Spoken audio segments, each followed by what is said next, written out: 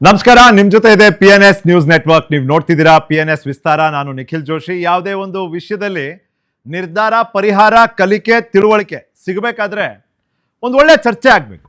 ಒಂದು ಒಳ್ಳೆ ಚರ್ಚೆ ಯಾವಾಗ ಆಗುತ್ತೆ ಅಂದರೆ ಅರ್ಥಪೂರ್ಣ, ಜನಕೇಂದ್ರಿತ ಪ್ರಶ್ನೆಗಳು ಕೇಳಿದಾಗ.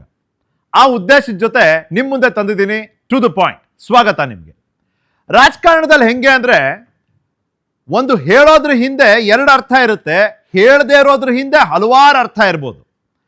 ಒಂದು ಜಾಗಕ್ಕೆ ಆಹ್ವಾನ ನೀಡಿದಾಗ ಅಲ್ಲಿ ಉಪಸ್ಥಿತರಿದ್ದು ಒಂದು ಸಂದೇಶವನ್ನ ಕೊಡ್ಬೋದು, ಮೌನವಾಗೇ ಉಳಿದು. ಅಲ್ಲಿ ಉಪಸ್ಥಿತರಿದ್ದು ಮೌಖಿಕವಾಗೂ ಒಂದು ಸಂದೇಶ ಕೊಡ್ಬೋದು. ಆದರೆ ಅಲ್ಲಿಂದ ಗೈರಾಗ್ಬಿಟ್ರೆ ಅದರ ಸಂದೇಶನೇ ಬೇರೆ. ಅದಕ್ಕೆ ಹತ್ತಾರು ಬಣ್ಣ, ಹತ್ತಾರು ಆಯಾಮ. ಅದನ್ನು ಪ್ರಶ್ನೆ ಮಾಡೋದಕ್ಕೆ ನಾವಿಲ್ಲಿರೋದು. ಇವತ್ತಿನ ಚರ್ಚೆಯ ವಿಷಯ ಗೈರು ರಾಜಕಾರಣ. ಮಾಜಿ ಮುಖ್ಯಮಂತ್ರಿ ಸಿದ್ದರಾಮಯ್ಯನವರು ಸೇರಿದಂತೆ 7 ಅಸಮಾಧಾನಿತ ಅಂತ ಗುರುತಿಸ್ಕೊಂಡಂಥ ಶಾಸಕರು ನಿನ್ನೆಯ ಮುಖ್ಯಮಂತ್ರಿಗಳ ನೂತನ ಮುಖ್ಯಮಂತ್ರಿ DK ಶಿವಕುಮಾರ್ ಅವರ ಮೊದಲನೇ ಕಾಂಗ್ರೆಸ್ ಶಾಸಕಾಂಗ ಸಭೆಯಲ್ಲಿ ಗೈರಾಗಿ ಹೈಕಮಾಂಡ್ಗೆ ಒಂದು ಸಂದೇಶ, ಸ್ಥಳೀಯ ನಾಯಕತ್ವ ಅಂದರೆ ಮುಖ್ಯಮಂತ್ರಿಗಳ ಸರ್ಕಾರಕ್ಕೆ ಒಂದು ಸಂದೇಶ. ಯಾವ್ಯಾವ ರೀತಿ ಈ ಚರ್ಚೆ ಬೆಳೀತಾ ಹೋಯ್ತು ಈ ಚರ್ಚೆಯ ಕಾರ್ಯಕ್ರಮದ ಅವಧಿಯಲ್ಲಿ ನಿಮಗೆ ಹೇಳಕ್ ಬಯಸ್ತೀನಿ. ಅದಕ್ಕೂ ಮುಂಚೆ ಈ ಚರ್ಚೆಯ ವಿಸ್ತಾರವನ್ನು ನಿರ್ಧರಿಸೋ ಪ್ರಶ್ನೆಗಳು.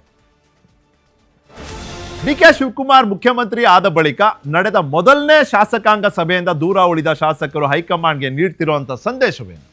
ಹೈಕಮಾಂಡ್ ಏನು ಮಾಡ್ಬಿಡ್ತು, ಈ ಅಸಮಾಧಾನಿತರನ್ನ ಸಮಾಧಾನ ಮಾಡುವಂಥ ಭರದಲ್ಲಿ ತಪ್ಪಾಗಿದೆ, ಸರಿಪಡಿಸ್ತೀವಿ, ಎಲ್ಲರೂ ನಾವು ಸೇರಿಸ್ಕೊಳ್ಳೋಕ್ಕಾಗಲ್ಲ, ಸೂಕ್ತ ಪರಿಹಾರ ಸೂಚಿಸ್ತೀವಿ, ಅವ್ರಿಗೆ ಯೋಗ್ಯ ನಿಗಮ ಮಂಡಳಿ ಸ್ಥಾನಮಾನವನ್ನು ನಾವು ಕೊಡ್ತೀವಿ, ಹೀಗೆಲ್ಲ ಆಶ್ವಾಸನೆ ಕೊಟ್ಟರು.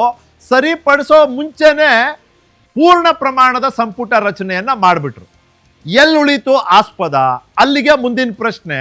ಇನ್ನೂ ಜನವನ್ನು ಈ ಸಂಪುಟದಿಂದ ಹೊರಗೆ ಕಳಿಸಿ ಮತ್ತೆ ಅಸಮಾಧಾನಿತರನ್ನ ಒಳಗೆ ಕಳಿಸ್ಕೊಳ್ಳೋ ಕಾರ್ಯಕ್ರಮ, ಆ ಒಂದು ಪ್ರಯತ್ನ ಇನ್ನೂ ಬಾಕಿ ಇದೆಯಾ ಅಂತ.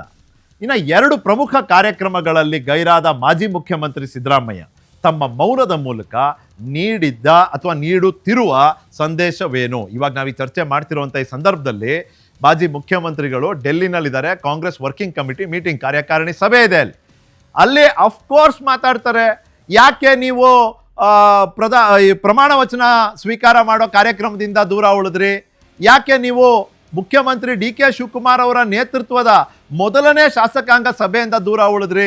ಅಷ್ಟಕ್ಕೂ ನಿಮಗೆ ಇನ್ನೂ ನಾವು ಏನು ಮಾಡ್ಬೋದು? ಇವೆಲ್ಲ ಚರ್ಚೆಗಳಲ್ಲಿ ನಡೀತದೆ. ನಾವು ಕಾಯ್ತಿದ್ವಿ ಅದರ ಔಟ್ಕಮ್ಮಿಗೆ. ಆಡಳಿತ ಪಕ್ಷದಲ್ಲಿ ಒಗ್ಗಟ್ಟಿನ ಕೊರತೆ, ವಿರೋಧ ಪಕ್ಷ ಬಿಕ್ಕಟ್ಟು ತೊರೆದು ಒಗ್ಗೂಡಲು ಕಾರಣವಾಗುತ್ತಾ? ಏನಾಯ್ತು, ಇಲ್ಲಿ ಕಾಂಗ್ರೆಸ್ಸಲ್ಲಿ ಅಸಮಾಧಾನ ಇರೋದು ಓಕೆ, ಬಟ್ ವಿರೋಧ ಪಕ್ಷದಲ್ಲಿ ಬಿರುಕಿರೋದು ನಡೀತಾನೆ ಬಂದಿದೆಯಲ್ಲ. ವಿರೋಧ ಪಕ್ಷದಲ್ಲಿ ಒಂದು ಬಿರುಕಾದ್ರೆ ಆ ಮೈತ್ರಿ ಬಗ್ಗೆನೇ ಒಂದು ಪ್ರಶ್ನೆ. ಹಾಗಾಗಿ ನಾನೊಂದು ದಿವಸ ಕೇಳಿದೆ, BJPಯವರು ಮೊದಲನೇದಾಗಿ BJPಯವ್ರ ಜೊತೆ ಮೈತ್ರಿ ಮಾಡ್ಕೋಬೇಕು, ನಂತರ ಹೋಗಿ JDS ಜೊತೆ ಮಾಡ್ಕೋಬೇಕು ಅಂತ. ಆದರೆ ನಿಮ್ಮ ಎದುರಾಳಿಯಲ್ಲಿ ಒಂದು ವೀಕ್ನೆಸ್ ಇದೆ ಅಂತ ಕಂಡಾಗ ಸಾಧಾರಣ ಎದುರಿಸ್ತಿರೋರು ಅವ್ರೇನು ಮಾಡ್ತಾರೆ, ಒಂದಾಗುವಂಥ ಪ್ರಯತ್ನವನ್ನು ಮಾಡ್ತಾರೆ. ಇಲ್ಲೂ ಅದಾಗುತ್ತಾ ಅಂತ ಪ್ರಶ್ನೆ. ಆಡಳಿತ ಪಕ್ಷದಲ್ಲಿರುವ ಬಿಕ್ಕಟ್ಟು, ಸರ್ಕಾರದ ಕಾರ್ಯವೈಖರಿ, ಆಡಳಿತ, ಒಟ್ಟಾರೆ ಸಾರ್ವಜನಿಕ ಜೀವನದ ಮೇಲಿನ ಪ್ರಭಾವವೇನು? ಈಗಾಗಲೇ ನಿನ್ನೆ ಶಾಸಕಾಂಗ ಸಭೆಯಲ್ಲಿ ಚರ್ಚೆ ಆಗಿದೆ. ಅಧಿಕಾರಿಗಳು ನಮ್ಮ ಮಾತು ಕೇಳ್ತಿಲ್ಲ, ನೀವು ನಮಗೆ ಟೈಮ್ ಕೊಡ್ತಿಲ್ಲ, ಅಸಮಾಧಾನದ ಮತ್ತೊಂದು ಆಯಾಮ ಇದು.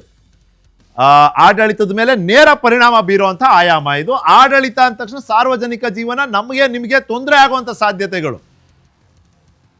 ಇನ್ನು ಅಷ್ಟಕ್ಕೂ ಸುಭದ್ರ ಬಹುಮತ ಸರ್ಕಾರದ ನೇತೃತ್ವ ವಹಿಸಿರುವ ಮುಖ್ಯಮಂತ್ರಿ ಸಂಖ್ಯಾಬಲದ ವಿಷಯದಲ್ಲಿ ತಲೆ ಕೆಡಿಸ್ಕೊಳ್ಳೋ ಅವಶ್ಯಕತೆ ಇದೆಯಾ? ಇವರು ಮುಖ್ಯಮಂತ್ರಿಯಾಗಿ ಪ್ರಮಾಣ ವಚನ ಸ್ವೀಕಾರ ಮಾಡಿ ಕೆಲವೇ ದಿನಗಳಲ್ಲಿ, ಅದಾದ್ಮೇಲಿಂದ 2ನೇ ಭಾಗದ ಸಂಪುಟ ಅಂದರೆ ಸಂಪುಟ ಪೂರ್ಣ ಪ್ರಮಾಣದ ರಚನೆ ಮಾಡಿದ್ರಲ್ಲ, ಆ ಸಂದರ್ಭದಲ್ಲೂ 19 ಜನದ್ದು ಅವಾಗೂ ಹೇಳಿದ್ರು. ಏನಂದ್ರು, ಯಾರಪ್ಪ ರಾಜೀನಾಮೆ ಕೊಡ್ತೀರಿ ಕೊಡಿ, 2 ನಿಮಿಷದಲ್ಲಿ ನಾವು ಅಕ್ಸೆಪ್ಟ್ ಮಾಡಿಬಿಡ್ತೀವಿ. ಯಾಕೆ ಈ ಧೈರ್ಯ ಅಥವಾ ಆತ್ಮವಿಶ್ವಾಸ? ಕೆಲವರು ಬಂಡತನ ಅಂತ ಏನೇನೋ ಹೇಳ್ತಾರೆ. ಆದರೆ ಎಲ್ಲಿಂದ ಬರ್ತಿದೆ ಅಂದರೆ ಆ ಸುಭದ್ರ ಬಹುಮತ ಇದೆಯಲ್ಲ, ಆ ಸುಭದ್ರ ಬಹುಮತಕ್ಕೆ ಅಭದ್ರತೆ ಹೇಗೆ ಕಾಡ್ಲಿಕ್ಕೆ ಸಾಧ್ಯ? ಹಾಗಾಗಿ ಈ ಒಂದು ಆತ್ಮವಿಶ್ವಾಸದ ನಡೆ ಮತ್ತೆ ನುಡಿಯನ್ನ ಮುಖ್ಯಮಂತ್ರಿಗಳು ಆಡ್ತಿದ್ದಾರೆ. ಇದೇ ರೀತಿ 10 ಪ್ರಶ್ನೆಗಳಲ್ಲಿ ಕೇಳ್ತಾ ಈ ಚರ್ಚೆಯಲ್ಲಿ ಭಾಗವಹಿಸಲಿಕ್ಕೆ